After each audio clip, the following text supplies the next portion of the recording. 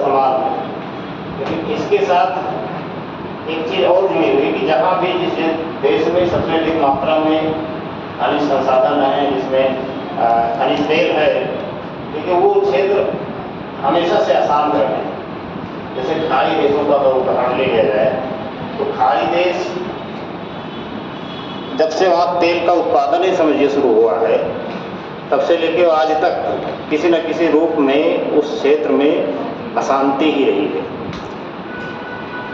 आज भी देखेंगे तो आज भी कई देश एक दूसरे में उलझे हुए हैं। तमाम जो देश हैं खाड़ी के, वो कई धुरियों में बंटे हुए हैं। कुछ जो है जातिगत आधारों पर बटे हैं, जैसे क्योंकि ये सब खाड़ी जो देशों की आबादी है, अधिकांश आबादी इस्लाम को मानने वाली है। इस्लाम में भी दो कैटेगरी, इसमें कुछ जो है शिया होते हैं, कुछ सुन्नी होते हैं। अब ईरान जो है वो शिया कंट्री है, बाकी उसके अगल बगल सऊदी अरब एक प्रमुख इस्लामिक देश है, जिसमें जो सुन्नी बहुल लोगों का देश है। जैसे तो इन दोनों के मध्य जातिगत आधार पर भी वर्चस्व की हमेशा जंग रही है। जब दो समकक्ष अगल बगल के पड़ोसी होते हैं तो उनके मध्य स्वाभाविक रूप से ईगो क्लेशेस होने लगते हैं।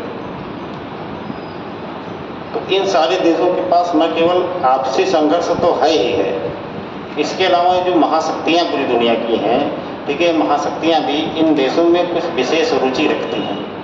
इन देशों में रुचि का मतलब यहाँ की शासन व्यवस्था के बारे में, यहाँ की विदेश नीति के बारे में, या कुछ न कुछ हलचल जो है इन सारे क्षेत्रों में, खास करके खनिज तेल के उत्पादक देशों में आपको हमेशा से देखने को मिलेगी।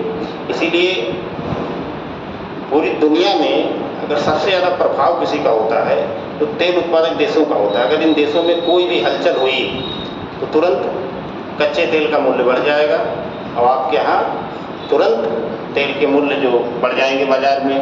और तेल के मूल्य बढ़ने का मतलब कि जितनी आपकी ज़रूरत की चीज़ें हैं, क्योंकि ट्रांसपोर्ट तो हर क्षेत्र में होता है, वो तुरंत उनके दाम बढ़ जाएंगे।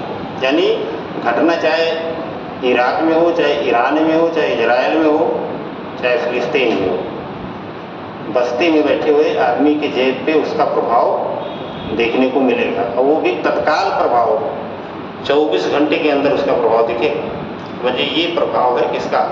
खनिज तेल के उत्पादक देशों का। जो अभी देखिए 2015 में भी, 2-4-10 साल के इतिहास की बात करें तो 2015 में इन देशों ने अपने प्रतिस्पर्धा में इतना ज़्यादा तेल उत्पादित कर दिया, कोई भी चीज़ ज़्यादा रहेगी तो उसका मूल्य घट जाता है। या आप लोग भी जानते हैं, जैसे सब्जियों में देखिए जब सीजन होता है, कोई चीज़ ज़्यादा बाज़ार में अवेलेबल होती है तो उसका मूल्य कम हो जाता है।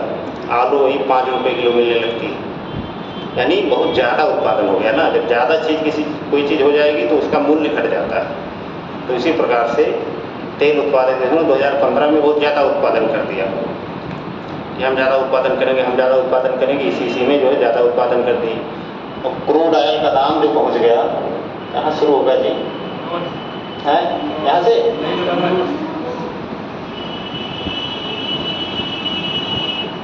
कहाँ शुरू हुआ? अब शुरू हुआ। अब इसका जो दाम है वो पहुंच गया 35 बैरल प्रति डॉलर। 35 डॉलर मतलब प्रति बैरल जो है इसका दाम पहुंच गया, यानी बहुत कम हो गया। आज कितना, आज भी शायद मिल रहा है, समय जो होगा लगभग 70-80 के आसपास है, 90 के आसपास होगा। हम चेक नहीं किए, कहीं 2 दिन हो गया, ठीक है। अब जब मूल्य गिर गया तो इन देशों की इनकम का समझिए कि मुख्य स्रोत जो है वो खनिज तेल से ही आता है। इनकी जो इकोनॉमी है उसी पे डिपेंडेंट है जो। तो और सारी हलचल मची। अगर मूल्य इसका ज़्यादा होता है तो जो आयातक देश हैं उनके ऊपर प्रभाव पड़ जाता है।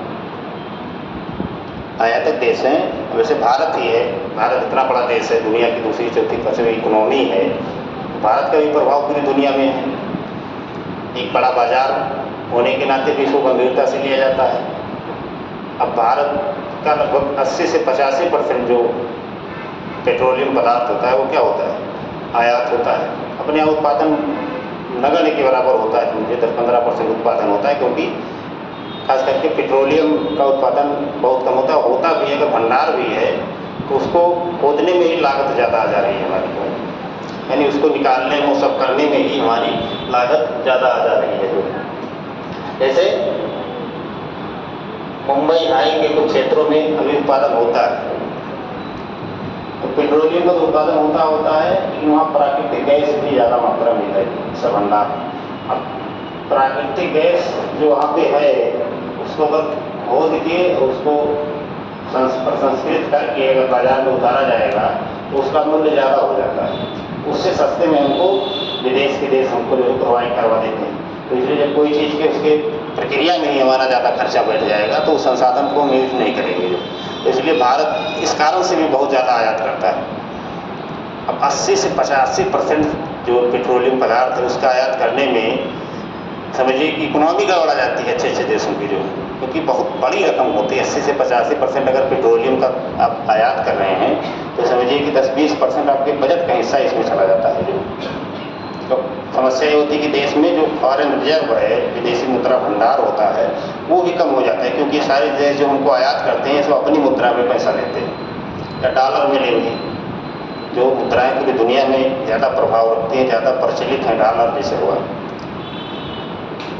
इन सारी मुद्राओं में पैसा लेते हैं। अब इन सारी मुद्राओं की देश में कमी हो जाती है, इसलिए पैसे से या रुपये से डॉलर की तुलना में हमेशा देखिए मूल्य गिर गया, इस तरीके का घटनाएं सुनते रहते हैं। क्योंकि मूल्य गिरने का मतलब जिसकी डिमांड ज़्यादा उसका मूल्य ज़्यादा वही, और जिसकी डिमांड कम उसका मूल्य कम।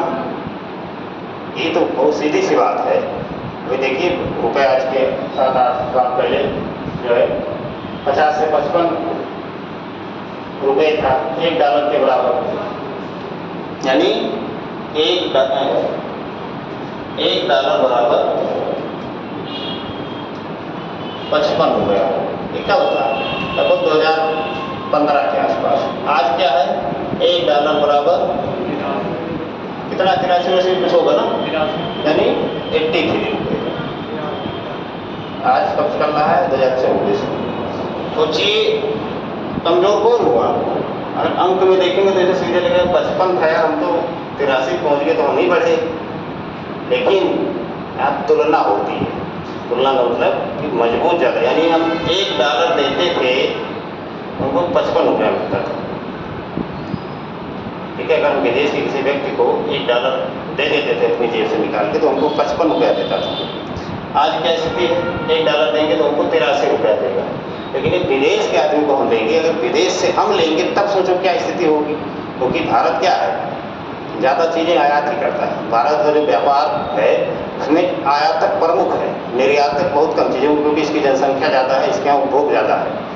तो दूध उत्पादन की पूरी दुनिया में नंबर 1 दूध के उत्पादन में है, तो खुद ही काफ़ी डाले।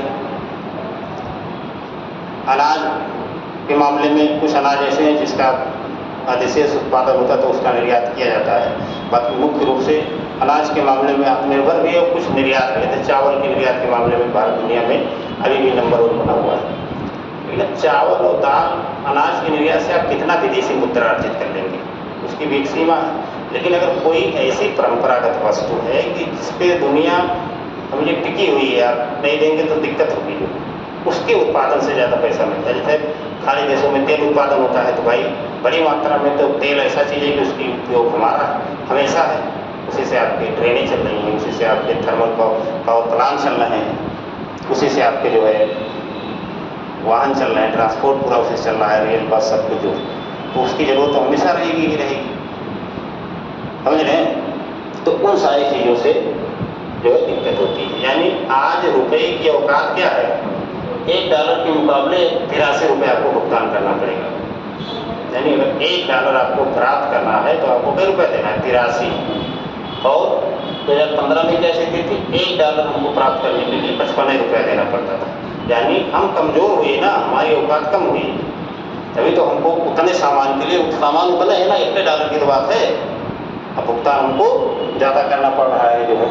तो इससे खनिज तेल के मूल बात हम जो बताने का प्रयास कर रहे हैं कि पूरी दुनिया में न केवल वित्तीय स्थिरता पैदा करने में, बल्कि कई देशों की इकोनॉमी को डगमगा देने की क्षमता किसमें है?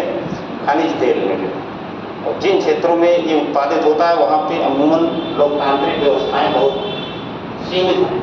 ये नहीं कह सकते कि लोकतांत्रिक व्यवस्थाएं नहीं हैं, लेकिन लोकतांत्रिक व्यवस्थाएं बहुत लिमिटेड हैं। धार्मिक जड़ता है, कई जगह पे जो है लीबिया वगैरह ऐसे देश हैं जहाँ पे अभी तानाशाही है, ठीक है। और तानाशाही क्या, बहुत सारे खाड़ी देश हैं कि जहाँ पे बहुत ज़्यादा जड़ता है। वही सोचिए सऊदी अरब जैसा प्रोग्रेसिव देश माना जाता है खाड़ी का, लेकिन वहाँ पे भी 1-2 साल पहले महिलाओं को जो है कार चलाने की अनुमति दी गई। मतलब 2024 में अभी भी वहाँ महिलाओं को बहुत सारे अधिकारों से वंचित रखा गया। उनको खेल देखने की अनुमति नहीं, खेलने की अनुमति नहीं है। मतलब मैं इस देश का उदाहरण दे रहा हूँ जो खाड़ी देशों में सबसे प्रोग्रेसिव देश है, और जिन देशों ने उस चीज़ को छोड़ दिया वो सबसे आगे निकल गए। जैसे यूएई एक देश है छोटा सा खाड़ी देशों में, है तो बहुत छोटा सा लक्कू सा देश है, लेकिन उसने अपनी जड़ता छोड़ दी और उसने केवल तेल पे डिपेंडेंसी अपनी नहीं रखी। इसलिए कहता है कि सरकार कोई भी हो, सलाहकार अच्छे होने चाहिए, तभी काम बनता है, नहीं तो पूरा बंटनार होता है। तो उसे सलाहकार रहे होंगे, कोई भाई उन्होंने बताया कि आप ऐसा कीजिए कि तेल पे डिपेंडेंट ना रहिए, नहीं फिर बेकार हो जाएगा आपका काम। तो उसने क्या किया, तेल तो तेल था ही, उसने टूरिज्म को अपने देश के लिए एक दूसरा साधन बनाने का प्रयास किया। तमाम सारे टूरिज्म के लिए क्या चाहिए, अच्छा इंफ्रास्ट्रक्चर चाहिए जहाँ आदमी आके रह सके, होटल वगैरह चाहिए। अन्य देशों के साथ में टूरिज्म को लेकर तमाम समझौते होने चाहिए, वीजा वगैरह सरल आपका होना चाहिए, ताकि कोई आने की सोच भी रहा है वीजे इतना जटिल है कि कुछ हटा होगा। यदि आपको अमेरिका जाना है लग जाएगा साल भर का, आपको वीजा वो सब व्यवस्थित कर देंगे, पासपोर्ट रख के अपना करके बैठे देंगे।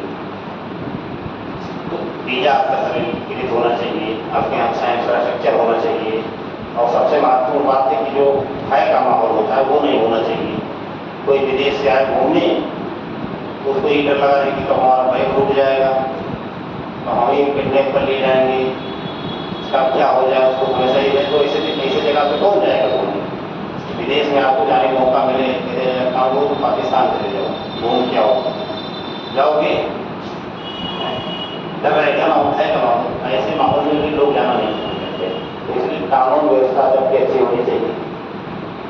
तो ये सारी चीज़ों को उसने इतना तेजी से काम किया, इतना बेहतरीन काम किया कि दुनिया के लिए तो मुझे एक मॉडल बन के उभरा। जो और देखिए वही जो है हब है।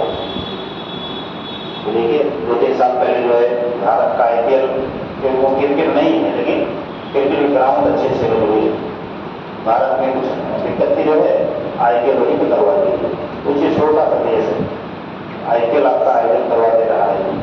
ये सब क्या है, ये सब खेलने की उसकी क्षमता को दिखाता है, जिसमें अपनी रणनीति को तेल पे डिपेंडेंट नहीं कर, तेल के अतिरिक्त जो है जो सुधार करने तो तेल सुधार किया। अब उसी के रास्ते पे लगभग सऊदी अरब भी चल चुका है। सऊदी अरब ने कहा कि भाई हम बिल्कुल 2070 तक बिल्कुल डेवलप्ड कंट्री के रूप में सामने आए, उसने अपना विजन बनाया है। हर देश का अपना एक विजन होता है, भारत का भी अपना विजन है। देखिए विजन 2045 में हम विकसित देश बन जाएंगे, इसी तरीके से हर देश का अपना विजन होता है। तो उसने बनाई 2070 तक हम दुनिया में एक बेहतर इकोनॉमी और बेहतर नागरिक बन जाएंगे, जो है बेहतर शहरों का निर्माण करेंगे। तमाम उसकी योजनाएं हैं, उसी रास्ते चल पड़ा।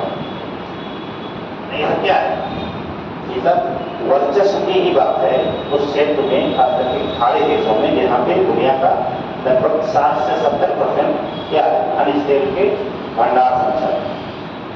अमेरिका में भी ठीक ठाक उत्पादन होता है, वेनेजुएला में ठीक ठाक उत्पादन होता है, अफ्रीका के कुछ देशों में खास करके जो भूमध्य रेखा के आसपास वाले देश, तो वहाँ पे भी उत्पादन होता है ठीक ठाक लेवल पर, इतना हाई लेवल में नहीं होता, लेकिन मतलब इतना उत्पादन होता है कि निर्यात करने की स्थिति में है। इसके अलावा रूस में जो उत्पादन होता है, रूस में प्राकृतिक गैस वगैरह बहुत ज़्यादा भंडार है जो है, ठीक है। लेकिन तेल के मामले में यही देश ज़्यादा जमेगा। अभी वेनेजुएला का उदाहरण ले लीजिए, तेल उत्पादन का मतलब अग्रणी देश है, सिर्फ 5 देशों में उसका नाम है। वेनेजुएला का नाम सुने आप लोग, उसको जगह हम लाया करें, हम सोच रहे हैं कि 1 किलो बतासा होता सब लिया करें, कथा बांचे, 4-5 अध्याय रहे, हर अध्याय के बाद में एक एक बतासा सबको खिलाएं, ठीक है, और शंख बजाया जाए। तो कथा सुनने के मूड में आप लोग आ जाते हैं कि सोना नहीं है, जागना है, ठीक है। अभी वेनेजुएला की बात कर रहा था। वेनेजुएला दक्षिण अफ्रीका का, दक्षिण अमेरिका का एक देश है, छोटा सा। हम लोग मैप देखेंगे, ठीक है, दिखाई देते हैं हम लोग को थोड़ा सा। कहाँ रहेगा जी?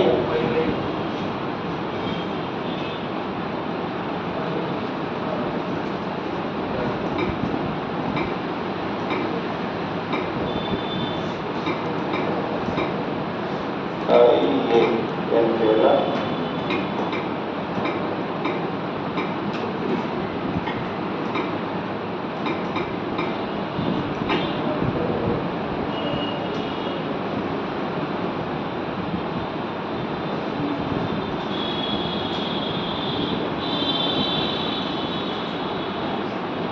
देखेगा पीछे था ना, ये देखिए वेनेजुएला, खाली वेनेजुएला ही आ गया। ये दक्षिण अमेरिका का एक सबसे ऊपरी भाग है, अगर आप देखेंगे, ठीक है, यहाँ में लिखा है।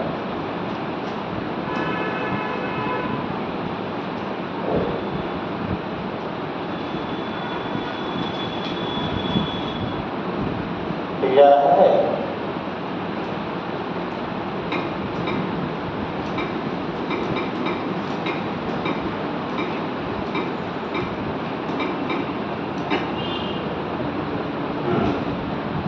यहाँ पे दिखाएगा, पूरा मैप दिखाई देगा।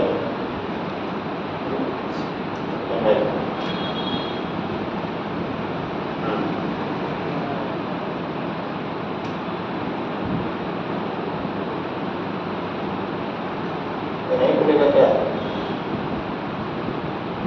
हाँ खुला। देखिए वो जो कैरेबियाई देश हैं ये सारे, देखिए उनके इर्द गिर्द है। देखिए खाड़ी क्षेत्र है, समुद्र से दोनों तरफ से लगा हुआ क्षेत्र है, इतना प्यारा सा देश है। लेकिन यहाँ भी तेल के बहुत ज़्यादा भंडार जो है यहाँ पे है, इसलिए यहाँ पे गिरे तो हमेशा चलता है। बहुत अस्थायी सरकारें रहती हैं, यानी बहुत ही अनस्टेबल गवर्नमेंट, ठीक है। जो कब गिर जाए किसी को पता नहीं है। जैसे बांग्लादेश में भी हाल फिलहाल में हुआ, किसी को अनस्टेबल गवर्नमेंट कहते हैं। पाकिस्तान हुआ, अपने पड़ोसी देशों की का उदाहरण वैसे नहीं देना, पड़ोसी देशों के बारे में आप ज़्यादा जानते हैं तो आप समझ जाएंगे बात को। इसी तरह वेनेजुएला भी है, यहाँ भी तेल का उत्पादन बहुत ज़्यादा होता है, यहाँ भी लोकतंत्र बहुत ज़्यादा नहीं है, लेकिन लगभग मान लीजिए तानाशाही वाला मामला है।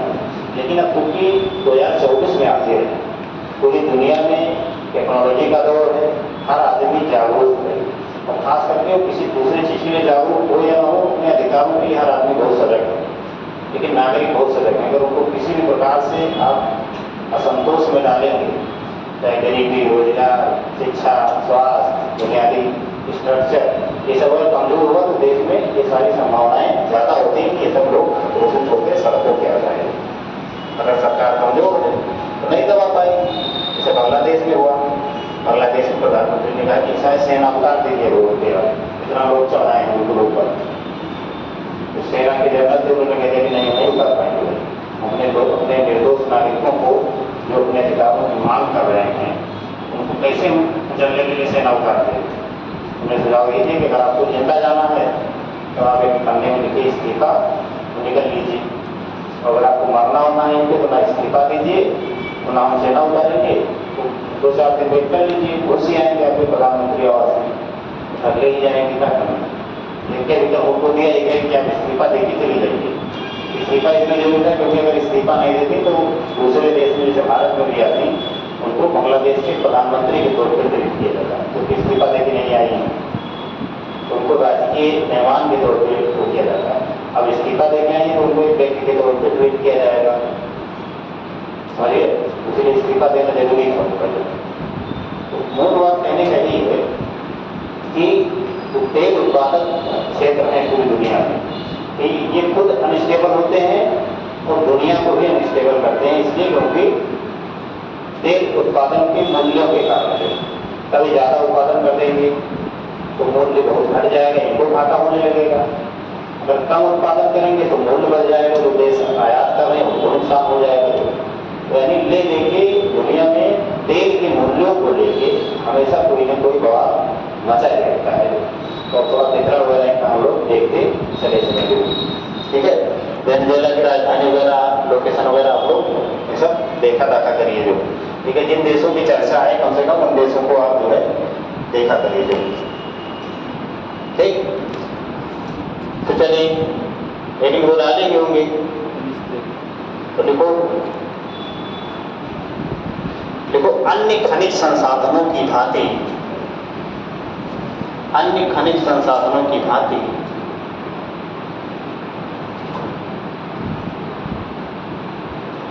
खनिज तेल का भी वितरण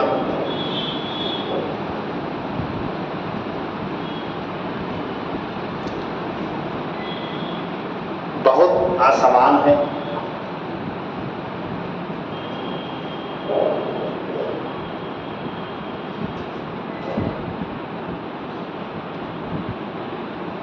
ऊर्जा का प्रधान स्रोत होने के कारण पूरी दुनिया में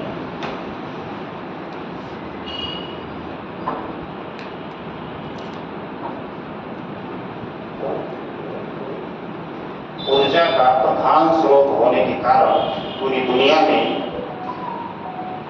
खनिज तेल की डिमांड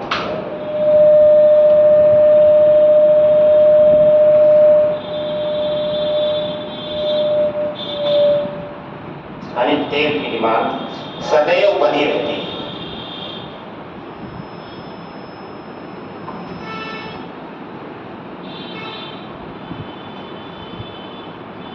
खनिज तेल करोड़ों वर्ष पूर्व पृथ्वी की अवसादी शैलों में, खनिज तेल करोड़ों वर्ष पूर्व अवसादी शैलों में दबे, खनिज तेल करोड़ों वर्ष पूर्व अवसादी शैलों में दबे जीवाश्मों के रूपांतरण का परिणाम है।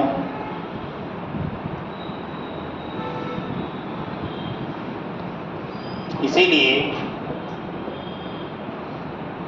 अधिकांश खनिज तेल के भंडार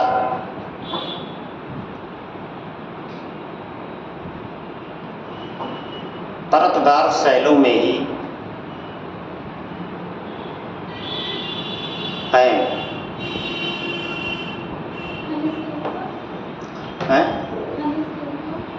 खनिज तेल पूरा वाक्य बोलो, बोल दो इसको क्या लिखे हैं। एक बार वाक्य बोल दो, दोबारा वही वाक्य। हाँ, खनिज तेल के भंडार परतदार शैलों में ही हैं, यानी पूरी दुनिया में इसका वितरण भी लगभग अवसादी या परतदार शैलों में ही देखने को मिलता है। ठीक है, देखो इसका उत्पादन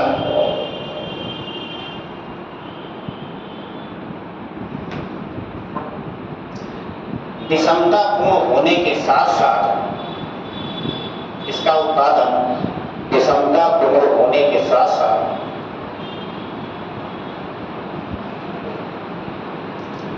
सामाजिक आर्थिक रूप से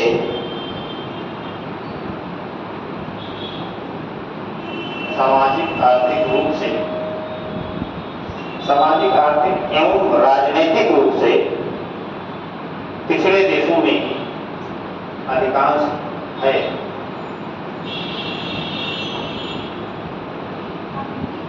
सामाजिक आर्थिक एवं राजनीतिक रूप से पिछड़े देशों में ही है। जीवाश्मीय ईंधन के रूप में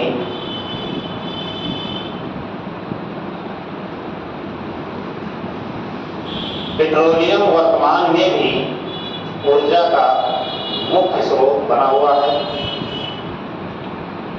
ऊर्जा का मुख्य स्रोत बना हुआ है।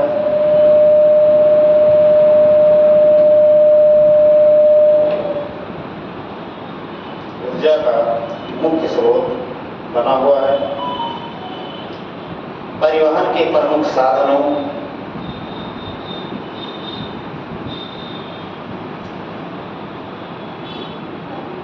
परिवहन के प्रमुख साधनों मोटर कार, वायुयान, ट्रक, ट्रैक्टर, जितना याद है उतना लिख लीजिए।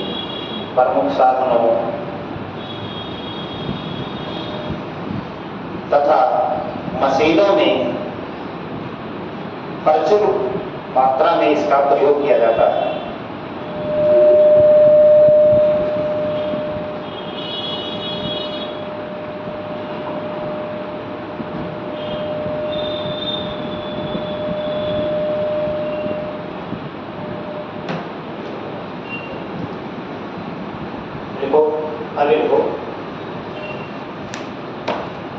इससे परिवहन के साधनों के विकास के साथ साथ इससे परिवहन के साधनों के विकास के साथ साथ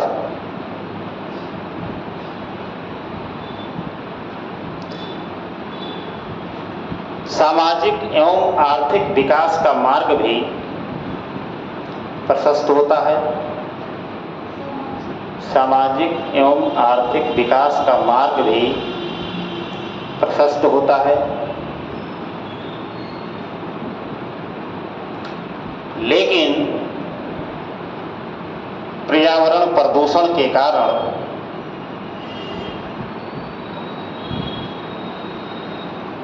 इसकी अपनी सीमाएं भी हैं।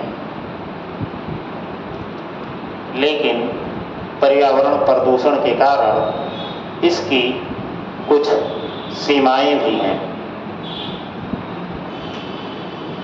यानी आज के समय में प्रदूषण और खास करके वायु प्रदूषण एक विकराल रूप ले चुका है। जो अब आप तो बहुत छोटे से शहर में जी रहे हैं, बस्ती जिले में, क्योंकि अगर आप वहाँ नगरों में चले जाएंगे, दिल्ली, मुंबई, कोलकाता, चेन्नई, इन सब बड़े शहरों में, तो वहाँ पे खास करके ठंडी के महीने में पर्यावरण प्रदूषण, खास करके वायु प्रदूषण की समस्या इतनी विकराल हो जाती है कि अभी आप अगर समाचार पत्रों का अध्ययन करते होंगे तो उसमें देखते हैं कि स्कूलों तक को बंद करना पड़ता है। इतनी ज़्यादा मतलब वायु प्रदूषण की स्थिति हो जाती है कि सांस लेने में लोगों को दिक्कत होने लगती है। खास करके जो सांस के रोगी होते हैं, दमा वगैरह या और तमाम फेफड़ों से संबंधित बीमारियां होती हैं, लोग दिल्ली छोड़ देते हैं। किसी ऐसे स्थान पर चले जाते हैं जहाँ कम प्रदूषण होता है। स्कूलों को बंद करना पड़ता है क्योंकि लाखों की संख्या में कारें हैं। हर व्यक्ति के पास अपनी एक कार, हर व्यक्ति के पास अपनी एक मोटरसाइकिल, और इतना ज़्यादा प्रदूषण, इतना ज़्यादा जीवाश्म ईंधनों का प्रयोग, ठीक है। अब उससे देखो दो चीज़ें हैं कि हमारी प्रगति तो बहुत तेज़ी से हो रही है, यानी हम सामाजिक आर्थिक विकास के मानकों पर बहुत तेज़ी से आगे बढ़ रहे हैं, लेकिन उसका दूसरा जो पक्ष है पर्यावरण प्रदूषण, ठीक है, उसके कारण जो है इसकी सीमाएँ भी हैं। इसीलिए आज के समय में तमाम देश जो है प्रयास कर रहे हैं कि हम जीवाश्म ईंधनों, खास करके कोयला एवं पेट्रोलियम का जो प्रयोग है उसको लगातार सीमित करें और ऊर्जा के अन्य संसाधनों की तरफ बढ़ें। अन्य संसाधनों में प्रमुख रूप से नवीकरणीय संसाधन, ठीक है, नवीकरणीय संसाधनों की तरफ बढ़ें। इसलिए देखिए सरकार भी प्रयास करती है कि आप लोग ईवी गाड़ियाँ लें, इलेक्ट्रॉनिक गाड़ियाँ लें जो चार्जिंग से चलें, जीवाश्म ईंधनों का प्रयोग उसमें ना हो, या जीवाश्म ईंधनों में भी जो ऐसे ईंधन हैं कि जो कम से कम प्रदूषण फैलाएं, ठीक है, उनका आप प्रयोग करें। जैसे सीएनजी वगैरह आप लीजिए तो थोड़ा कम प्रदूषण होगा। घरों में सरकार का प्रयास है कि घरों में भैया सबसे ज़्यादा प्रदूषण तो खाना बनाने में होता है, उसमें भी प्रभावित ज़्यादा होती हैं महिलाएँ, ठीक है। तो सरकार ने कहा कि अब एलपीजी का वितरण गाँव-गाँव कर दिया जाए जो है, और सब लोग एलपीजी से खाना बनाएं जो है। तो काफ़ी हद तक सफलता भी इस योजना में मिली सरकार को जो है कि अब जो लकड़ी ऐसे खाना बनने का जो हमारी परंपरा रही है उससे लोग हटे हैं। हालांकि अभी पूर्ण रूप से नहीं हटे हैं, ठीक है, लेकिन अधिकांश तौर पर लोग उससे हटने का प्रयास करें। यानी बहुत सारा इम्पैक्ट ग्रामीण क्षेत्रों में भी इसका देखने को मिला। लेकिन अभी हम एक ऐसे सटीक विकल्प की तलाश नहीं कर पाए हैं कि जो पूर्ण रूप से हम जीवाश्म ईंधनों से को बंद करके अपनी अर्थव्यवस्था और सामाजिक आर्थिक विकास के मानकों को भी सामान्य रूप से चलाते रह जाएं। जो इस प्रकार के विकल्प अभी नहीं मिले हैं क्योंकि हमारी मजबूरी है। जैसे पेरिस सम्मेलन 2015 में हुआ कि अब जो कोयले वाले से चलने वाले थर्मल पावर प्लांट हैं वो सरकार नहीं बनाएगी, कोई भी देश नहीं बनाएगा। भारत ने भी अपना पक्ष रखा कि अगर हम कोयले से चलने वाले प्लांट नहीं बनाएंगे तो हमारे पास ना तो भी इतनी बड़ी टेक्नोलॉजी है कि हम बहुत ज़्यादा शोध अनुसंधान करके अन्य विकल्पों पे चले जाएं। दूसरी तो हमारी इतनी बड़ी जनसंख्या है 140 करोड़ की, इसको हम कैसे ऊर्जा उपलब्ध करवा पाएंगे, जो कैसे इसको भोजन उपलब्ध करवा पाएंगे। उसके 3 महीने बाद सरकार ने पूरे देश में कहा कि 10 थर्मल पावर प्लांट स्थापित किए जाएंगे, जिसका तमाम पश्चिमी देशों ने विरोध किया कि ये देखिए अभी तो ज्ञान बता गए थे कि जो है ये सब नहीं करना, खुद ही जाके जो है कोयला वाला फिर स्टार्ट कर दी, जिस पर हम लोग बचने का प्रयास कर रहे हैं। अब इंग्लैंड की, अमेरिका की, जर्मनी की, फ्रांस की, इटली की, इन सारे देशों की जनसंख्या कितनी है? कई देशों की, छोटे देशों की जनसंख्या तो लाखों में है। अब इटली में कितनी? 2 करोड़ 3 करोड़ जनसंख्या है। इंग्लैंड में 2-2.5-3 करोड़ जनसंख्या है। अमेरिका में चलो ठीक है लगभग 25-30 करोड़ जनसंख्या है, तो इतना बड़ा देश तो ये भारत से 3-4 गुना बड़ा देश है, तो उनकी यहाँ समस्या नहीं होती। यहाँ एक जिले में 25-25, 30-30 लाख लोग हैं, छोटे छोटे जिलों में। बस्ती जिले में कितने हैं? लगभग आबादी 25 से 30 लाख के बीच में है, जो छोटा सा जिला है। अब 25 से 30 लाख लोगों को अगर हमको भोजन भी देना है, ऊर्जा भी 24 घंटे बिजली की भी करना है, स्कूल, हॉस्पिटल, बुनियादी स्ट्रक्चर ये सब संचालित करवाना है ससमय, तो बिना हम जीवाश्म ईंधनों के प्रयोग के कैसे इन सबको उपलब्ध करवा पाएंगे? तो इसलिए सरकार ने कहा कि, और सरकार क्या, जितने विकासशील देश हैं उन्होंने कहा कि अभी हम 2-4 साल तक हमको छूट दीजिए कि हम भी आपके बराबर विकास कर लें, तब हम बताएं आपको, ठीक है, तब हम आपको बताएंगे कि हाँ कैसे अब पर्यावरण प्रदूषण से बचना है। पहले तो हम अपने यहाँ प्रदूषण अच्छा कर लें, उसके बाद तब तो मिलेंगे। अभी हमारे इतना प्रदूषण नहीं हुआ है कि हम इन सारी चीज़ों को बंद करने की नौबत में आ गए हैं, समझ रहे हैं। तो इसकी जीवाश्म ईंधनों में, खास करके पेट्रोलियम पदार्थों में, अब पेट्रोलियम पदार्थों में का मतलब ये मत समझिए कि केवल पेट्रोल की यहाँ बात हो रही है। पेट्रोलियम पदार्थों में मतलब खनिज तेल में जितने भी संबंधित चीज़ें सब इसी में आ जाते हैं, ठीक है। इसमें आपका केरोसिन तेल, डीजल, प्राकृतिक गैस भी इसी का ही पार्ट होती है, ग्रीस, मोबिल, ये सब इसी के सब पार्ट होते हैं, समझ रहे हैं आप लोग। इसी के सारे पार्ट होते हैं जितने भी। अब यहाँ तक कि जो सौंदर्य प्रसाधनों में भी कुछ प्रयोग किया जाता है, जो पेट्रो रसायन उद्योग होता है, पेट्रो रसायन उद्योग जो होता है जिसमें तमाम सौंदर्य के साधन बनाए जाते हैं। कितने लोग इस उद्योग का नाम सुने? पेट्रो रसायन उद्योग, ठीक है। इसमें भी तमाम सौंदर्य के साधनों का निर्माण किया जाता है, जिसको आप लोग सुंदर बनने के लिए प्रयोग करते हैं, क्रीम पाउडर तमाम लोग, उसमें भी इन सारी चीज़ों का प्रयोग किया जाता है, पेट्रोल रसायन उद्योग में भी, समझ गए। तो इसमें खनिज तेल में सारी चीज़ें शामिल होती हैं। अब केरोसिन की का उपयोग कोई खास रहा नहीं, पहले केरोसिन का उपयोग था जो, तो उसका उत्पादन सीमित कर दिया गया, या डीजल पेट्रोल में ही उसको करके संसाधित कर दिया गया। बाकी ग्रीस का, मोबिल का, इन सबका तो प्रयोग उतना है ना, और बढ़ गया जो है, तो इन सब का भी उत्पादन साथों साथ में सबका होता है। जो क्रूड ऑयल होता है ना, तो बिल्कुल कच्चा तेल होता है, जैसे एक तरह से ब्लैक तरल पदार्थ की तरह आपको दिखेगा। जो कभी आप नेटवर्क पर सर्च करेंगे तो दिखेगा, उसमें बिल्कुल ब्लैक वो रहेगा। उसको हम रिफाइनरी में ले जाके उसको सही करते हैं, तो उसमें सारे प्रोडक्ट को अलग अलग मात्रा में अलग अलग कर लिया जाता है। जिसमें मोबिल जो सबसे बेस्ट प्रोडक्ट होगा वो मोबिल हो जाएगा, सबसे महंगा बिकेगा, 1 लीटर का दाम उसमें 2-2.5-3 रुपये होता है। पेट्रोल होता है, डीजल होता है नहीं, ग्रीस होगा, ये सब केरोसिन होगा, ये सब अलग अलग सब पार्ट होते हैं जो, तो इसका सबका उत्पादन इससे होता है। मैं आपको समझो पेट्रोल का बताएं, अभी डीजल का इसके बाद बताएंगे सर, फिर केरोसिन का बताएंगे, फिर ग्रीस का बताएंगे, अलग अलग नहीं, सब एक में ही शामिल होता है। तो अब लिखिए वितरण पे आते हैं। थोड़ा सा आप लोग तेज लिखने का प्रयास कीजिए, ठीक है। इतना धीमे नहीं लिखा था, यूपीएससी के बच्चे तो इतना तेज लिखते हैं कि जैसे सामान्य बातचीत होती है, ठीक है, उसी मुद्रा में लिखते हैं। तो इतना स्पीड बनाइए कि हाथ दर्द करने लगे, तब समझिए कि स्पीड बना रहे हैं आपको, समझिए। कुछ सांस ले लेके आराम आराम से लिखते हैं कि दोपहर का समय खाना खाने के जस्ट बाद वाला है।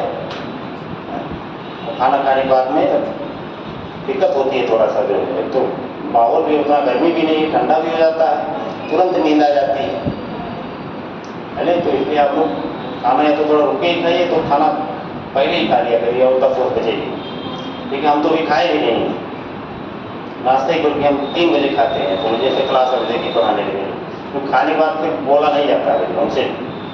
ठीक है, हम भी आप लोग कराएं, हमें को थोड़ा है कि हमारे घर के साथ का है जो है, ये लोग सोच रहे हैं कि अरे हमारा तो ठीक है, अरे सर भी इस तरह कैसे कर सकते हैं, लोग इसी मुद्रा में देख रहे हैं। चलिए लिखिए विक्रम, लिखिए खनिज तेल का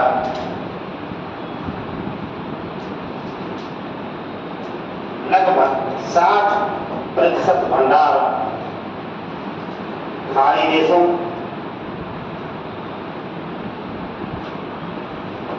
सऊदी अरब, 2-4 देशों नाम भी लिख लो, सऊदी अरब, इराक, ईरान,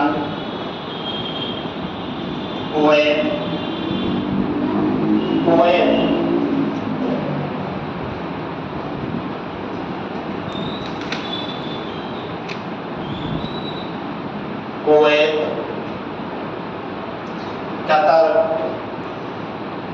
कतर भी बहुत मतलब डेवलप कंट्री हो गया समझिए सारे बड़े।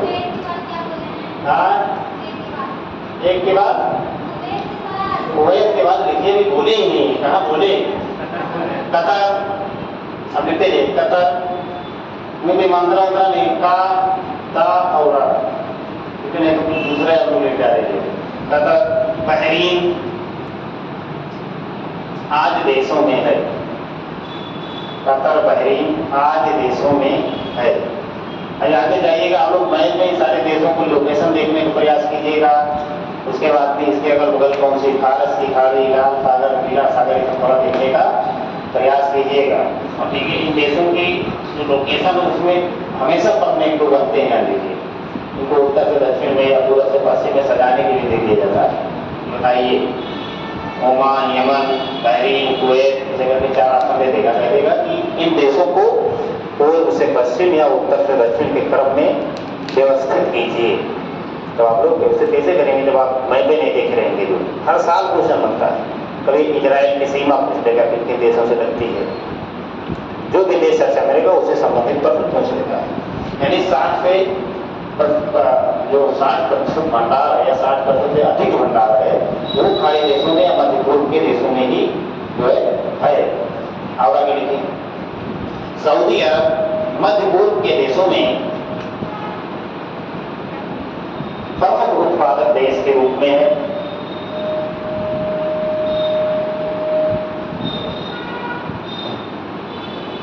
प्रमुख उत्पादक देशों के रूप में है। यहाँ पर यानी सऊदी अरब में तेहरान, मैं लिखता जा रहा हूँ, आप लोग लिखते जाइए। तेहरान एक कई बार पूछा गया है सारे केंद्रों का नाम। धावर देख जाएगा वहां से पीछे, तेहरान, धावर, एबकैक,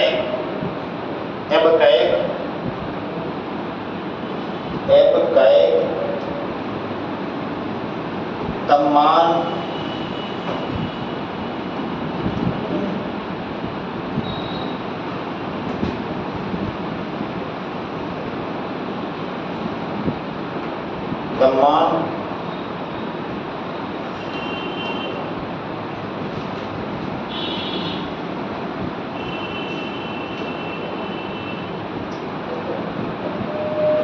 आदि मुख्य उत्पादक क्षेत्र हैं। तथा ईरान में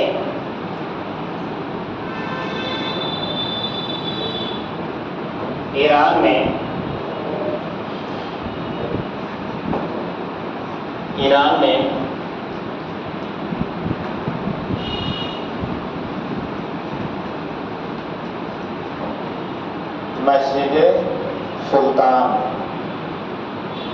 इस शहर का नाम है या मुझे के केंद्र का नाम है जहाँ पे पेट्रोलियम का खदान किया होता जाता है। मस्जिद सुलेमान, बीच में थोड़ा गड़बड़ आ गया, मस्जिद पूरे गड़बड़ आ गया।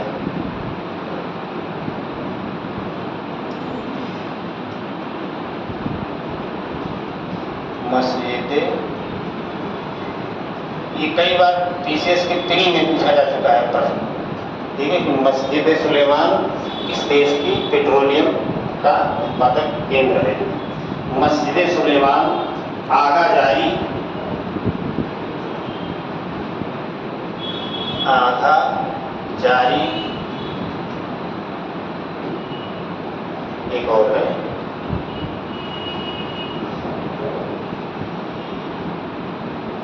बाहरेगन और मारून, बाहरेगन एवं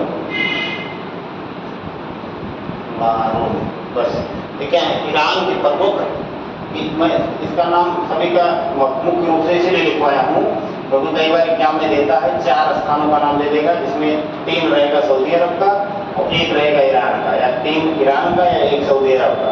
तो उसमें कहता है कि निम्नलिखित में कौन सा पेट्रोलियम उत्पादक क्षेत्र ईरान में या सऊदी अरब में उपस्थित है या नहीं, ठीक है। तो इस प्रकार का घुमाता है, कई बार आ चुका है, आगाधारी, मस्जिद सुलेमान, इसे कई बार पूछा गया है, ठीक है। तो इसलिए इसको तथ्यात्मक रूप से आप लोग याद रखने का भी प्रयास करें।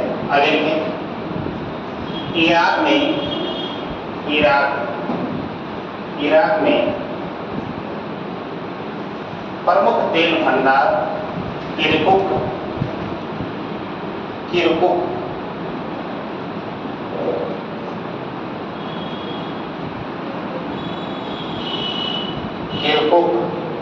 दूसरा है जुबैर,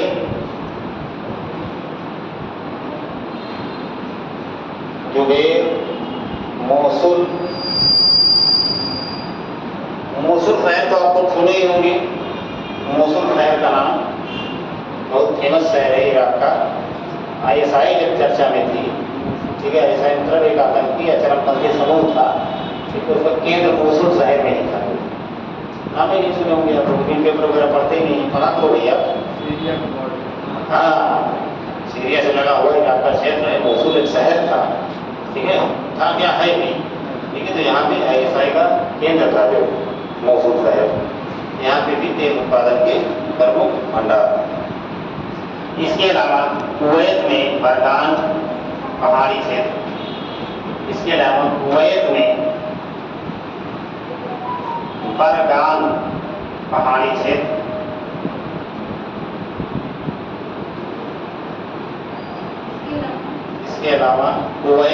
बरगान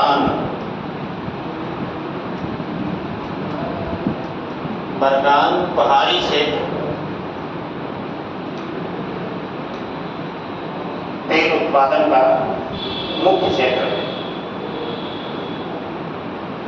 मध्य पूर्व में तेल के असीम भंडार के कारण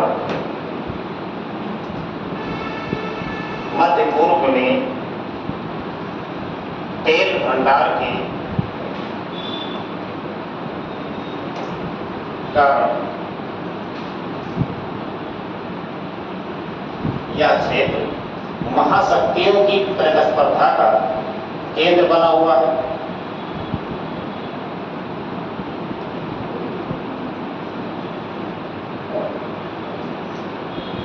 महाशक्तियों की प्रतिस्पर्धा का केंद्र बना हुआ है।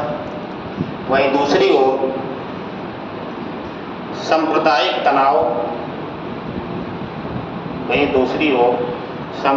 तनाव एवं आतंकवाद के कारण तेल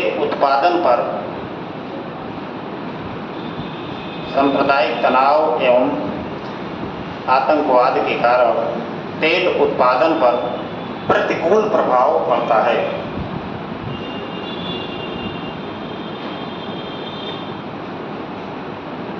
जिससे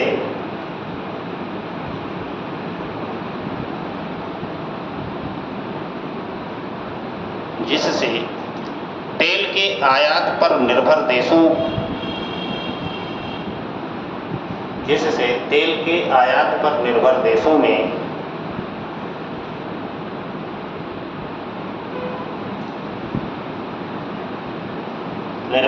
में वित्तीय अनुशासन को हानि होती है।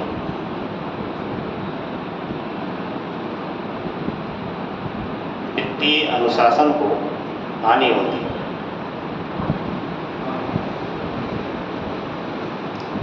अब ये सब था मध्य पूर्व या खाड़ी क्षेत्र में तेल उत्पादन। अब इसके अलावा नीचे लिखिए अमेरिका वगैरह में, पैराग्राफ आप चेंज कर लीजिए। देखिए हेडिंग वोडिंग नहीं डालना, उसी में पैराग्राफ चेंज करके, वो बहुत हेडिंग वोडिंग ना डाला करो। देखिए एक चीज़ लिख रहे हो तो उसमें हेडिंग नहीं है, तो थोड़ा अलग इसको इसलिए करते हैं कि मध्य पूर्व और खाड़ी क्षेत्र में, जहाँ पे मैंने पहले ही लिखवा दिया है कि लगभग 50 से 60% जो है तेल का उत्पादन किया जाता है, तो उस क्षेत्र के बारे में थोड़ा सा अलग से देख लें, जो है वहाँ की रीजनल समस्याएं जो हैं तेल उत्पादन से जुड़ी हुई, उसको भी जानना जरूरी था, इसलिए उसको थोड़ा सा अलग करते हैं। अब क्योंकि अलग करना इसलिए जरूरी है क्योंकि हर जगह हर तेल उत्पादक देशों में ये समस्या नहीं है। सांप्रदायिक तनाव, आतंकवाद या वहाँ की राजनीतिक अस्थिरता, ये 3 शब्द ऐसे हैं कि जो हर तेल उत्पादक देशों पे नहीं लागू। तेल उत्पादन तो अमेरिका भी करता है, तो क्या अमेरिका में 3 चीज़ें हैं, वहाँ भी हैं, तनाव वगैरह होते हैं सांप्रदायिक स्तरों पे, ठीक है, श्वेत और काले लोगों के बीच में हो, जैसे अपने यहाँ जातिगत झगड़ा होता है, वहाँ पे जाति तो है नहीं अमेरिका में, जाति को लेकर वहाँ झगड़ा नहीं है। वहाँ काले लोग और जो श्वेत लोग हैं, श्वेत लोगों को मतलब वहाँ की फौजी की सबसे पहले वहाँ जाके बसे, वो भी बाहरी ही हैं, श्वेत जो हैं वो भी बाहरी हैं, वो सब भी इंग्लैंड, फ्रांस, जर्मनी, इन्हीं सबसे जाके वहाँ पे बसे हैं। वहाँ के मूल लोग ने उनको रेड इंडियन कहा जाता है, आदिवासी लोग, ठीक है। तो आदिवासी मुख्य रूप से वही है, लेकिन अब चूँकि संख्या जिसकी ज़्यादा, वही समझिए ज़्यादा प्रभावशाली और वर्चस्ववादी, ठीक है। तो वहाँ पे भी गोरे और काले लोगों के बीच में समस्या होती है, अपने यहाँ जातिगत समस्या होती है, कुछ जगहों पे आतंकवाद, चरमपंथी, सब सारी समस्या होती है। तो जो खाड़ी में तेल उत्पादक देश हैं उनके यहाँ समस्या मुख्य रूप से सांप्रदायिक होती है, यानी धर्म के आधार पर तमाम विवाद होते रहते हैं। इसके अलावा आतंकवाद एक समस्या, खास करके ISI वगैरह को लेके वहाँ पे हमेशा पूरी दुनिया में एक चिंता का कारण था, जो है खास करके 2012 से लेकर और 15, 16, 18 तक जो है, ठीक है, एक चरमपंथी समूह के रूप में। और इसके अलावा तनाव तो वहाँ पे रहता है, क्योंकि मैंने पहले लिखा था कि महाशक्तियों की प्रतिस्पर्धा का वो केंद्र रहता है, ऐसे कि हमारा वर्चस्व, हमारा वर्चस्व। जैसे वर्चस्व क्या था पहले, अब तो क्या टूट गया। पहले वर्चस्व था कि सऊदी अरब अमेरिका की धुरी में था, यानी पूंजीवादी देशों की तरफ था, ईरान रूस की तरफ था जो है। तो वहाँ पे स्वाभाविक संघर्ष अपने आप होना है। जब 2 ध्रुव विरोधी देशों को 2 अलग अलग गुट के का समर्थन प्राप्त हो गया तो बवाल होना है, ठीक है। जैसे दुश्मन का दुश्मन अपना दोस्त, बहुत बेसिक कॉन्सेप्ट होता है, आप लोगों में भी होता है, ये तो उसी तरीके इसमें भी होता है। तो वहाँ संघर्ष होना बिल्कुल, ये जो महाशक्तियाँ हैं ये सब बिल्कुल निर्धारित कर दें कि लड़ो भैया, लड़े नहीं हमारी भलाई है, अगर तुम लड़े नहीं तो फिर समझो हम बढ़े नहीं, यही बिल्कुल का सिद्धांत है सारे देशों के। चलिए देखिए, संयुक्त राज्य अमेरिका में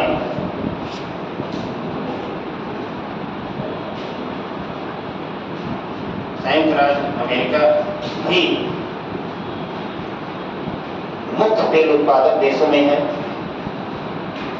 संयुक्त राज्य अमेरिका भी मुख्य तेल उत्पादक देशों में है।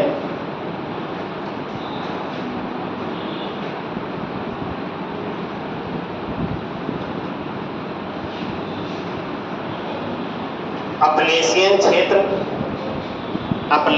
क्षेत्र एवं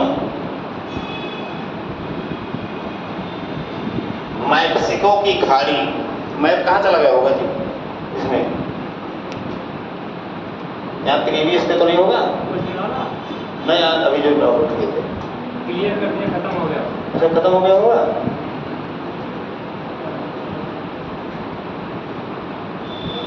इसमें देख के था।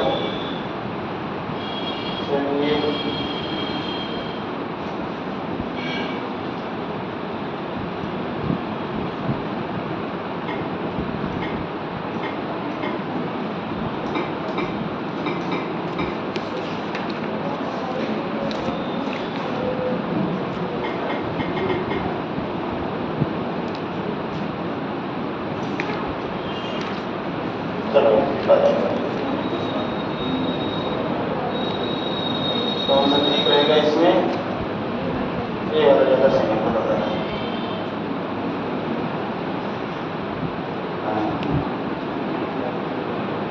कितने क्लियर आएगा, हाँ तो क्लियर आ गया। ठीक है, इसमें देखेंगे तो ये क्या है, मैक्सिको की खाड़ी, ये वाला क्षेत्र, ये जो क्षेत्र है ये मैक्सिको की खाड़ी, यहाँ पे आप छुएंगे नहीं, छूने से गड़बड़ा जा रहा है। ठीक है, ये वाला क्षेत्र आप लोग देख रहे हैं, जो नीला वाला पार्ट नीचे एक गोल आकार में है। खाड़ी है तो समझिए कि तीन तरफ स्थल से घिरा हुआ पार्ट होगा। खाड़ी का मतलब ये होता है कि जो तीन तरफ स्थल से घिरा हुआ भाग हो वो होगा खाड़ी। मैक्सिको की खाड़ी से लगे हुए क्षेत्र जो है ये अमेरिका में प्रमुख तेल उत्पादक के क्षेत्र हैं। इसके अलावा एक अपलेशियन पर्वत है इस क्षेत्र में, जो है अपलेशियन पर्वत के आसपास का क्षेत्र भी तेल उत्पादन के लिए बहुत प्रसिद्ध है, जो है तो यहाँ पे इसमें लिखने वाला नहीं आता ना, यहाँ पे मतलब हम जहाँ रखे हुए आपको समझ चाहिए कि इस क्षेत्र में अपलेशियन पर्वत है और मैक्सिको की खाड़ी, ये दो ऐसे क्षेत्र हैं कि जहाँ पे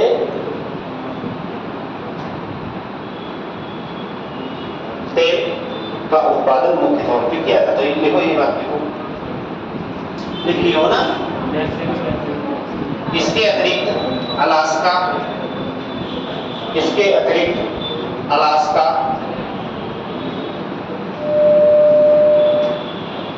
अलास्का कहाँ पे है? ये वाला क्षेत्र है, ये यहाँ पे ये लिखा भी है अलास्का। ठीक है, तो इसके अलावा अलास्का,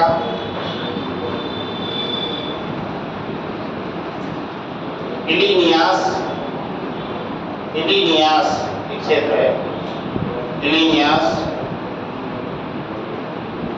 में भी उत्पादन किया जाता है।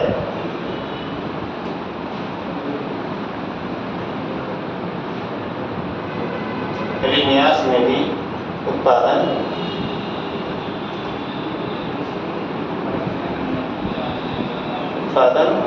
किया जाता है।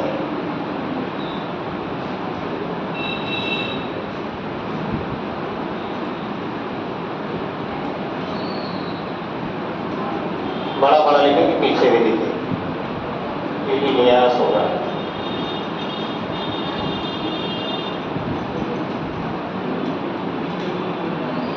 इलिनियास, ठीक है, इसलिए में भी तेल उत्पादन किया जाता है। यानी अब आप समझ गए मोटे तौर पे कि अमेरिका में किन किन क्षेत्रों में तेल के भंडार हैं। अब देखिए अफ्रीकी देशों में, अफ्रीकी देशों में लीबिया, गिनी,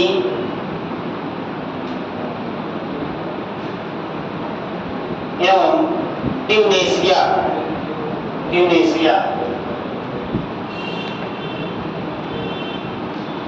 लीबिया, गिनी एवं ट्यूनेशिया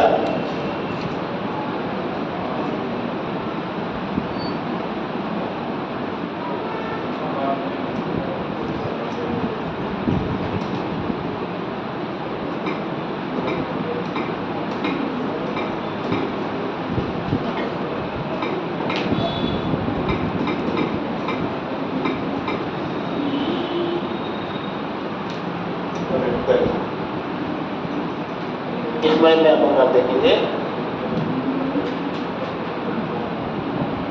तो यहाँ पे सारे देश आपको दिख जाएंगे। मुख्य तौर पे जिन देशों में उत्पादन किया था उसमें लीबिया ऊपरी देश है, देखिए भौगोलिक रूप से बड़ा ही देश है जो है। ट्यूनेशिया आपका कहाँ गया है, कहाँ गया दिखा नहीं, लीबिया के ऊपर ये छोटा सा दिख रहा है हल्का सा, तो ट्यूनेशिया हो गया, गिनी वगैरह इस क्षेत्र में है। उत्पादन और कई देशों में, लेकिन प्रमुख रूप से उत्पादन इन्हीं तीन देशों में किया जाता है, ठीक है, लीबिया, ट्यूनेशिया और गिनी वगैरह में जो है, गिनी की खाड़ी वाड़ी के आसपास के क्षेत्रों में। ठीक है, आगे लिखिए इसको। दक्षिण अमेरिकी देशों में तेल के भंडारण एवं उत्पादन में वेनेजुएला को तो एक बार दिखाई चुके हैं हम लोगों को, दोबारा दिखाने की जरूरत है नहीं। भंडारण उत्पादन के मामले में वेनेजुएला का शीर्ष स्थान है। भंडार के मामले में वेनेजुएला का शीर्ष स्थान है।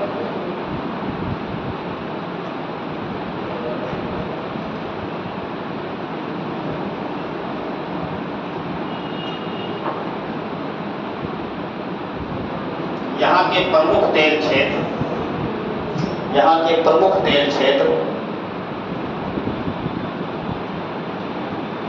यहाँ के प्रमुख तेल क्षेत्र मरकाइबो झील के आसपास संकेंद्रित हैं।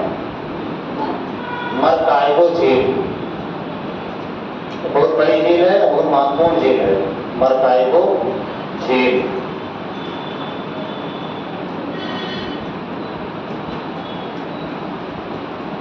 वेनेजुएला, यानी वेनेजुएला में एक झील है मरकाइबो झील, ठीक है। इसको आप लोग याद करिए, कई बार पूछा भी जाता है एग्जाम में। लेकिन तो इसके आसपास के क्षेत्रों में इसके भंडार जो है। और जो वेनेजुएला में उत्पादन होता है, क्योंकि आर्थिक रूप से बहुत विकसित देश नहीं है, आर्थिक रूप से और पिछड़ापन ही देश में। तो जो देश ऐसे हैं कि जहाँ पे आर्थिक रूप से पिछड़ापन पाया जाता है, ठीक है, उन देशों में एक चीज बहुत कम है कि वो अपने तेल का उत्पादन करते हैं, लेकिन वो कच्चा तेल को ही निर्यात करते हैं, ठीक है। तो वेनेजुएला क्या करता है, अपना अधिकांश तेल यूरोपियन देशों, विशेषकर ब्रिटेन, फ्रांस, जर्मनी, इन सारे देशों को निर्यात कर देता है।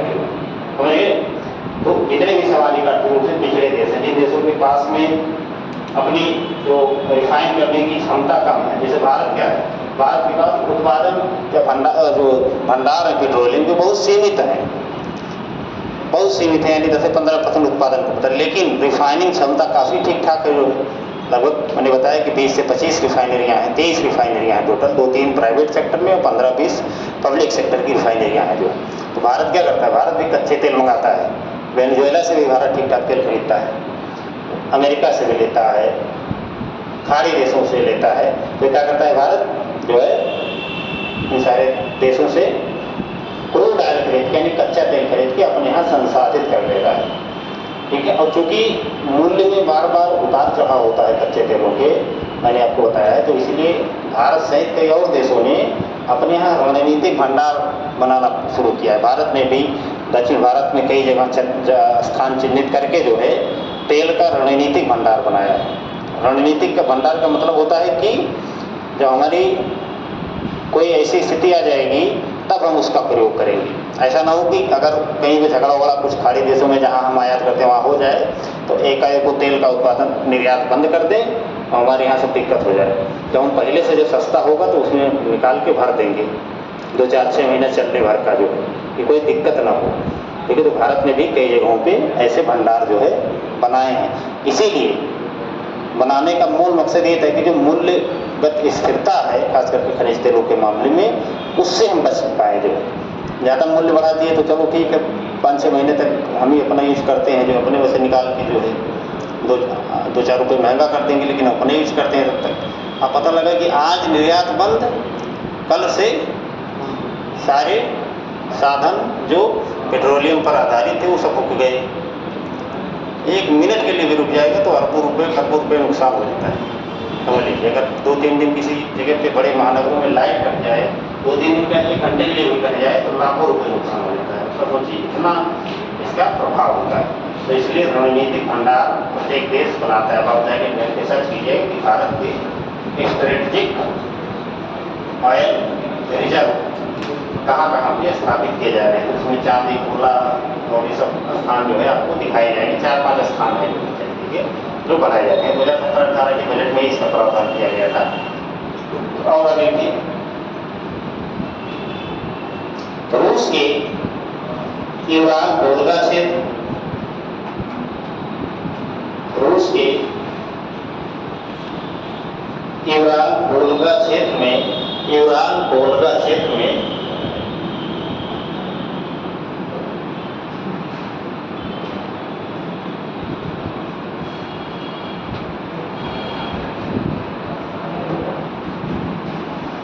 यूराल वोल्गा,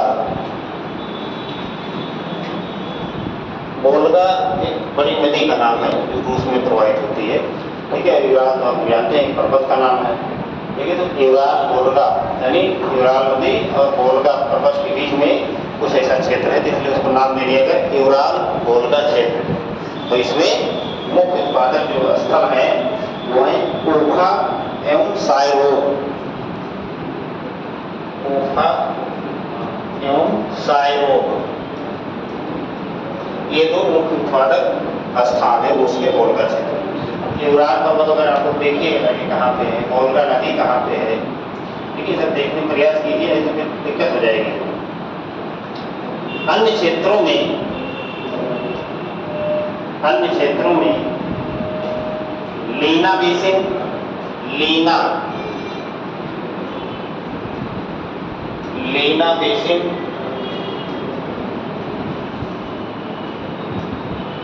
काकेशस पर्वत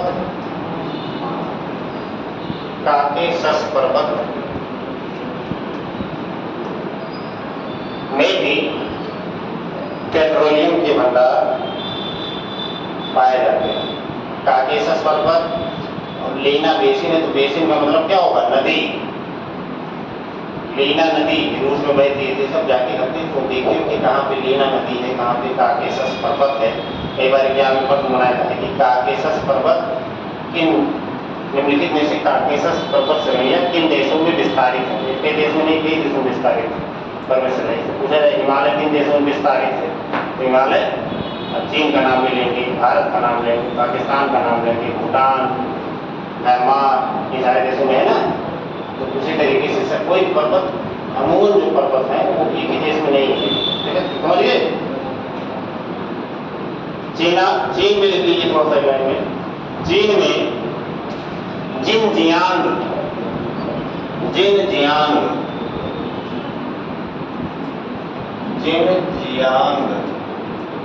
अरे क्या हो गया इसी,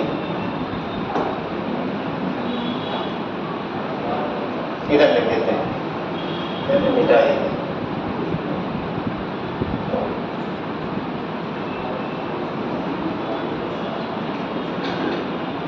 जिनजियांग,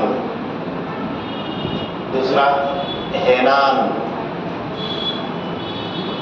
क्षेत्र में, जिनजियांग एवं हेनान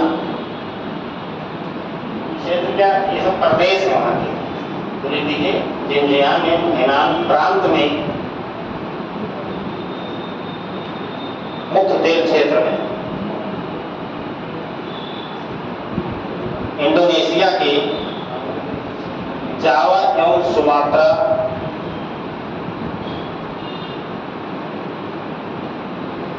जावा तथा सुमात्रा एवं कालीमंतान में, जावा, सुमात्रा एवं कालीमंतान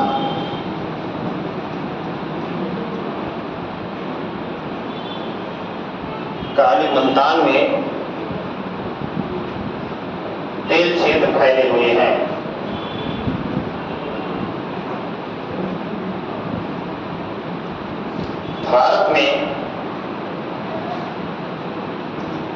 भारत का भी लिख लो, सबका लिख लीजिए। भारत में उत्तर पूर्व में असम, अरुणाचल प्रदेश, त्रिपुरा,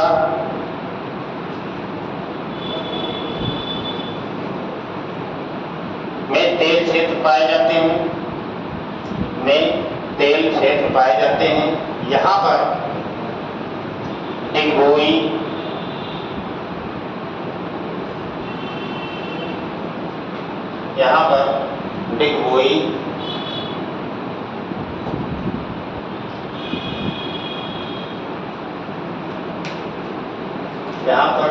यहाँ पर मतलब पूर्वोत्तर भारत में। ये हो जाने कि भारत में सबसे पहले तेल की जो खोज हुई थी, ठीक है, वो पूर्वोत्तर भारत में, असम में हुई थी।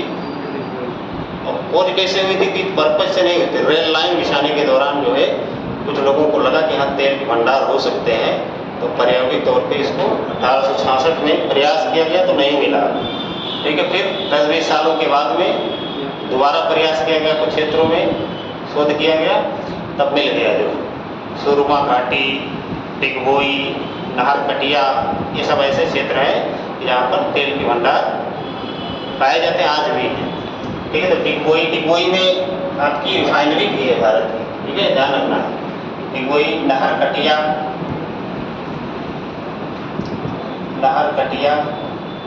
सुरमा घाटी, सुरमा भोपाली नहीं, सुरमा घाटी, ये कहाँ पे है? असम में, ठीक है, ध्यान रखना। माकूम, एक स्थान का नाम और लिख लो, माकूम। ये सब स्थान चर्चा में भी आते हैं बराबर, जो है किसी न किसी कारणों से जो है। तो पूर्वोत्तर भारत में महत्वपूर्ण तेल क्षेत्र है। दूसरा जो भारत का महत्वपूर्ण तेल क्षेत्र है जहाँ सबसे ज़्यादा उत्पादन वर्तमान में होता है, लेकिन दूसरा महत्वपूर्ण क्षेत्र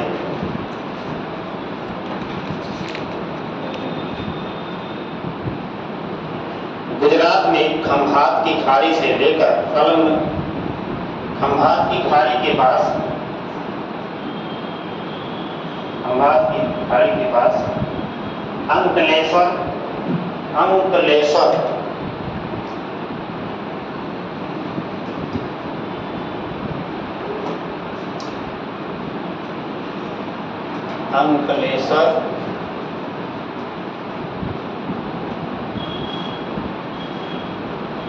और दूसरा है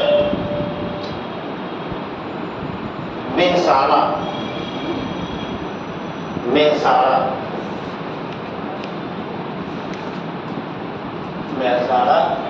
और एक है कालोल। ये आपका खंभात की खाड़ी के पास है। खंभात की खाड़ी कहाँ है? मैप में जाइएगा, देखिएगा भारत के मैप में तो दिखेगा। खंभात की खाड़ी गुजरात के पास में, ठीक है। इसके अतिरिक्त बाड़मेर बेसिन, राजस्थान के बाड़मेर बेसिन में भी तेल उत्पादन किया जाता है।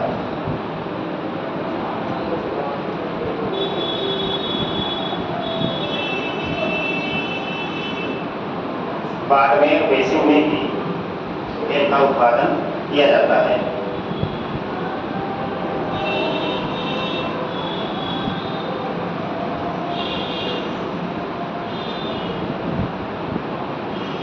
ये क्या है? ये जितने तेल उत्पादक क्षेत्र भारत के देखे हैं आप लोग, ये सब क्या है? ये सब स्थलीय भागों में स्थित है। असम, गुजरात और राजस्थान, ठीक है। इन सारे सब क्या स्थलीय भागों में, यानी सीमा के अंदर है। और तेल दो क्षेत्रों में पाया जाता है, एक तो आंतरिक भागों में पाया जाता है और एक जो है अपतटीय क्षेत्रों में पाया जाता है। यानी महाद्वीपीय मग्न तट जो होता है समुद्र का, आपको जो भारत का भूगोल पढ़ाएंगे तो उसमें दिखाएंगे कि महाद्वीपीय मग्न तट क्या होता है, ठीक है। ये सब चीज़ें बताई जाएंगी तो आप समझ जाएंगे कि वो तट से लगा हुआ ही क्षेत्र होता है, उसको स्थलीय भागों में जोड़ा जाता है। तो जो महाद्वीपीय मग्न तट है इसका, महाराष्ट्र का, ठीक है, वहीं पे मुंबई हाई एक क्षेत्र है, ठीक है, बोला जाता है मुंबई हाई। ये तेल उत्पादन के दृष्टिकोण से भारत में समय ठीक ठाक उत्पादन यहीं पे होता है, क्योंकि मुंबई शहर से लगभग 150-200 किलोमीटर दूर जो है समुद्र में है जो, ठीक है। तो यहाँ पे भी तेल का उत्पादन किया जाता है। यानी भारत में 3-4 क्षेत्रों में तेल का उत्पादन सीमित स्तरों पे किया जाता है। देख लो इसको भी, देखो भारत का एक अन्य महत्वपूर्ण तेल उत्पादक क्षेत्र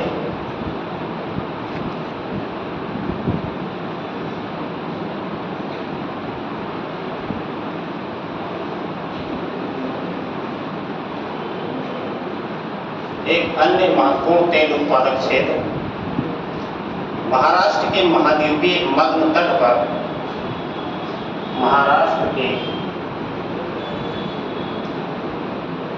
महाद्वीपीय मग्न तट पर स्थित मुंबई हाई है।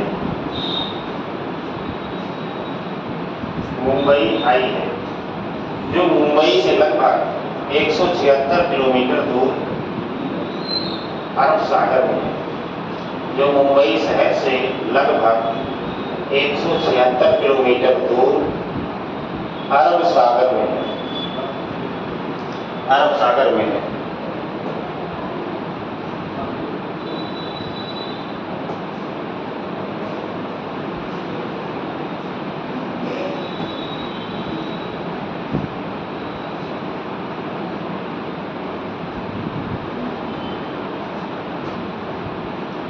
ये देखेंगे यहाँ पे आपका मुंबई शहर मान लीजिए ये, ठीक है, तो इसी से बिल्कुल सटा हुआ क्षेत्र है। मुंबई शहर जो आपका है, ठीक है, ये ऐसा कोई बिल्कुल वैसा क्षेत्र है। शहर के बीच में जो देखिए सागर का पानी रहता है, यानी घुसा हुआ, यानी जो तल है बड़ा दंतुरिन टाइप का है।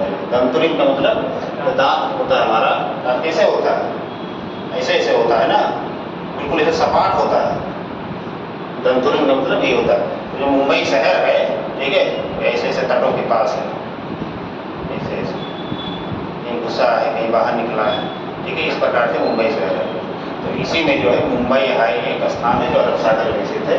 वहाँ देखिए मग्न तट के पास में, वहाँ पे भी तेल का उत्पादन भारी मात्रा में किया था। यानी भारत का जो प्रमुख तेल क्षेत्र है वो मुंबई हाई ही वर्तमान में है, ठीक है। लेकिन इतना ज़्यादा उत्पादन भारत में नहीं किया जाता है पेट्रोलियम का या खनिज तेल का कि हम निर्यात कर सकें, क्योंकि हमारी जनसंख्या ज़्यादा है, तो हम खुद ही का उपभोग कर ले जाएँ, वही बड़ी बात है। वही 10 से 15% उत्पादन हम अपने स्तर पे कर पाते हैं जो।